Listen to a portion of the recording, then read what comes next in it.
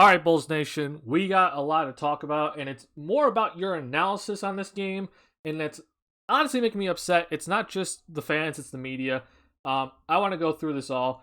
Bulls got absolutely wrecked tonight, but I want to explain to y'all why, and really show you what's really happening and what the adjustments the Bucks have made in this in Game 3, as now they have now taken back home court advantage. They're up 2-1. Bulls play again Sunday. Let's see if they can figure it out. Welcome back to the TheSlamDuncan YouTube channel. Make sure you hit that like, and also if you're new to the channel, hit the subscribe button. I want to go through a lot of film, or at least just some film here, and I want to talk about some of y'all's takes on Twitter and even some of these media people, because this drives me insane, honestly. I'm actually more upset with some of the media people than how the Bulls actually played this game, because I think actually there's some things that this Bulls team did right. It just did not end up going the right way. So I usually go through this stuff here first, because this kind of shows everything. The one thing I want to point out is this. 41 attempts out of the 91 overall field goal attempts were from three-point range for the Milwaukee Bucks. Keep that in mind, all right? And also keep in mind this too, because the Bulls shot 34 threes, which is not usual for them. That's what the Bucks wanted, though. And I want to point out this right here. The Chicago Bulls, this defense that we've seen the entire series so far, games 1 and 2, and also in this game, it is supposed to limit Giannis' shots. The goal is to limit as many times as Giannis Antetokounmpo is going to shoot the ball. That is the goal, all right? And through the first 3 quarters, the Bulls limited Giannis to only 10 shots. That's good. That is the right thing to do. But in response, the role players stepped up for the Bucks tonight, and that's how this Bucks team is going to beat this defense by the Bulls. I think this defense that the Bulls are playing gives them the best chance to win, but if the role players are going to step up, which they did tonight, it's going to beat this defense all the time. And this just shows you, even after the Chris Middleton injury, that the Milwaukee Bucks are much better than the Chicago Bulls team. They have role players that can step up, shoot the three, hit the three, make the defense pay for helping off with them. The Bulls just don't have that right now, and that's why we lost this game drastically. Look, Giannis shot it only 12 times for the game, but 2 shots came in like garbage time, and he had 9 assists. The reason why he had these 9 assists was because he was getting doubled all night, and he passed it out to the guys, and they made the shots. That's what was happening in this game. You just have to tip your cap to the role players, because Bobby Portis starts for Chris Middleton. He puts up 18 points, but the big thing is he was hitting his threes, but also hitting the shots that were coming off of when the Bulls doubled Giannis. That it was just immediate. It was, all right, here, give it to Bobby Portis. He hits his shots. Another guy's Grayson Allen. Grayson Allen hit 4 threes in, I believe, the first quarter, and this was like, not every single one was wide open. There were contested threes. There were deep threes, but it was because the Bulls were helping off of him to go double Giannis. He made the shots, and you know what? Congrats to him. We saw in the broadcast that, you know, guys like Allen, Connaughton, Portis, Carter, you know, like these guys, they did not hit their shots in Milwaukee. But they came into Chicago and hit their shots, probably knowing that, hey, we're not going to have Chris Middleton, right? So, again, guys like Connaughton, I mean, this dude was struggling for three-point range, but he came in and he hit some shots. That's the difference. That's what happened, and this defense is geared to make the other guys beat you on this Bucks team. Don't let Giannis beat you. Don't let Drew Holiday beat you. Let the other guys beat you. And guess what? They did that today. So tip your cap to them.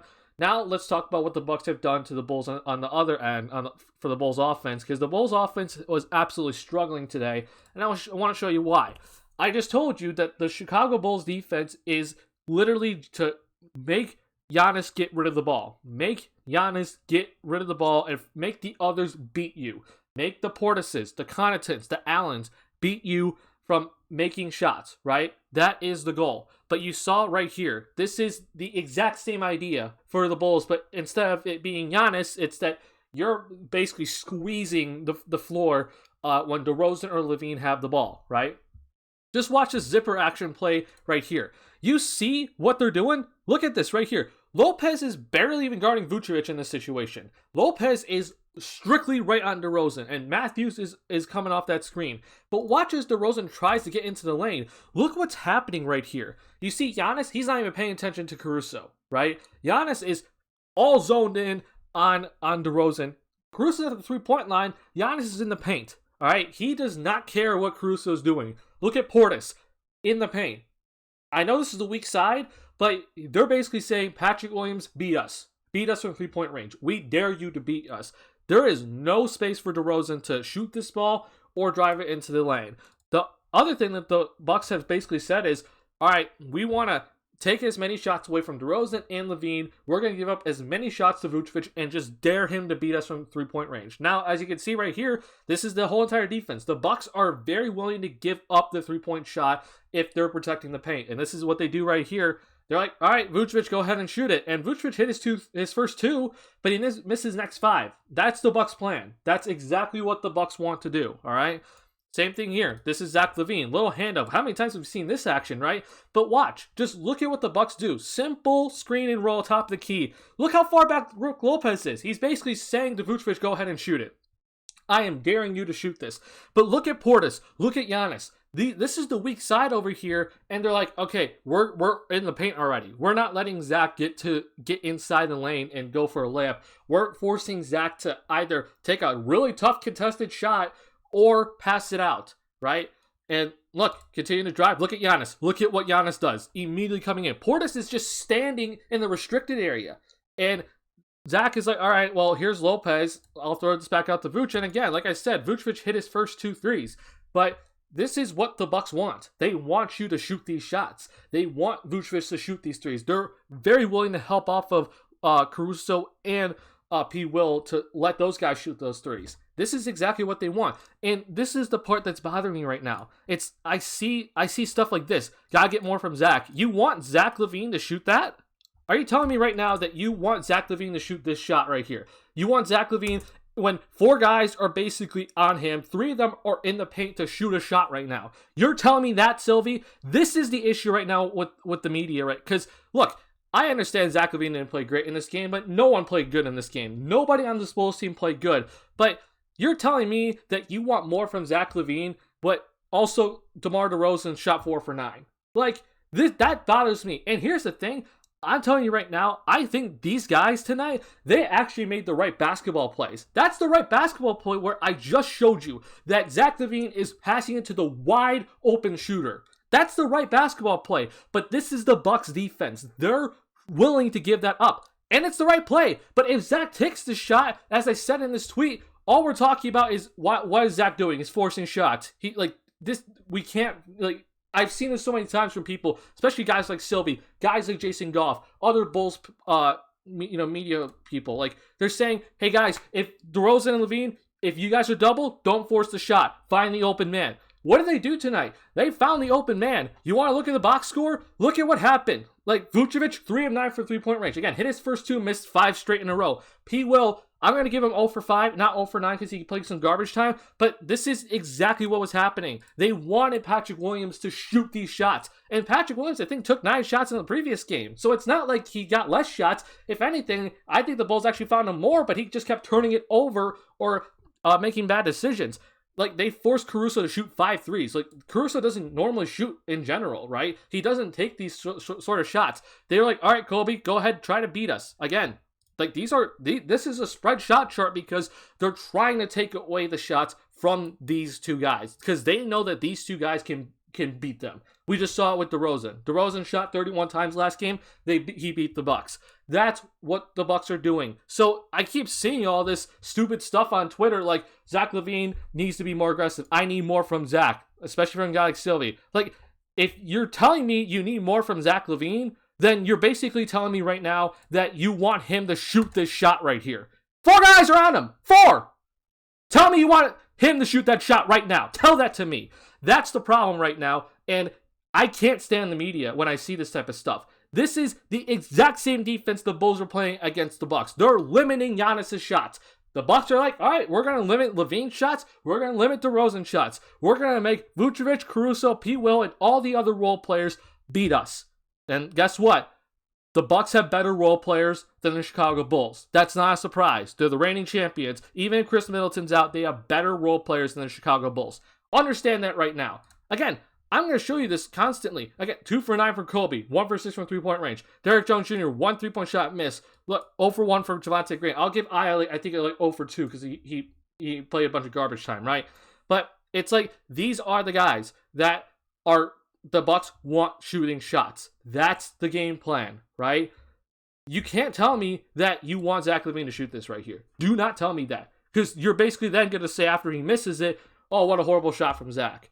Like, it bothers me when I hear all this stuff. So this is the problem right now for the Chicago Bulls, and it's up to Billy Donovan to figure out what to do, because you need to get easier shots for Zach and DeRozan. He applauded those guys actually today in the press conference, saying that he thought that they made the right basketball play. They were fighting the open shooters, and they were driving when necessary, but once they saw the help coming, they sprayed it out. The guys have to hit the shots. The role players that the Bucks are daring the Bulls to beat them have to hit the shots. That's what it comes down to. But guess what? It's not going to happen because we don't have the guys that can hit those shots. I'm telling you right now, this is the game where the Bulls miss Lonzo Ball the most, because Lonzo is by far the best three-point shooter on this Bulls team, and you cannot help off of him because he would absolutely make you pay. This is where we're missing him. Like, if Lonzo's on the court, like, they're not helping off Lonzo, and all of a sudden that opens up a lot of stuff because you don't see this happening anymore, and you're able to see DeRozan and LaVine get into the lane. You're able to see Vucevic actually be more in the paint and not stuck on the perimeter as he's been this entire series. So this is important, and I'm going to keep saying it. These guys that I am highlighting, they have to hit the shots if this Bulls team is going to have any sort of chance of beating Milwaukee again in a game. It's just how it is, all right? Now, we can talk about the defense again, but yeah, I will agree that the Bulls were less physical tonight, but again, the main idea is this. Don't let Giannis shoot so many times. Don't let him get 40. Don't let him get 50. And guess what? They made him shoot only 12. They forced him to pass so many times, he only shot 12 times. That's the game plan. Not only that, he had 4 turnovers, probably multiple offensive fouls. Like, that's the game plan. It's just tip your cap to Grayson Allen. Tip your cap to Connaughton. Tip your cap to Bobby Portis. They made the Bulls pay. So I'm actually not too concerned about the defense. Yes, the Bulls could have played more physical, and I understand that. But I honestly think the defense, the rotations looked all right. I mean, you can completely disagree with me on that, but the defense, I thought, was actually doing pretty well. They were rotating. They were doing the exact same things that we saw in games 1 and 2. I know Stacey King's going to say the Bulls just came out and they were like shell-shocked and didn't know what to do, came out with no intensity. Like, again, they were forcing these role players to shoot the shots. That's the goal. That is the goal of this Bulls defense. And guess what? Grayson Allen hit the shots. You really just can't complain. Like, it's how it's going to go. So I'm not too concerned about this Bulls defense, honestly. I think they stayed to game plan. I'm honestly more worried about this offense because, as I just showed you in these 2 clips right here, this is literally the entire game. So it's on Billy Donovan to figure out what to do here. I think Patrick Williams needs to do a lot better of cutting, because there are multiple times where I'm like, he needs to cut right here. He'll pull in the Bucks defense because, again, they protect paint first, and then it'll open up the perimeter for Zach LaVine or maybe a better shot for Caruso, right? I think that is very necessary for P. Will to start recognizing that type of stuff. But also, it's on Donovan here to start thinking of how can I get DeRozan and LaVine in better situations where they don't have to do the pick and roll to get into the lane first, right?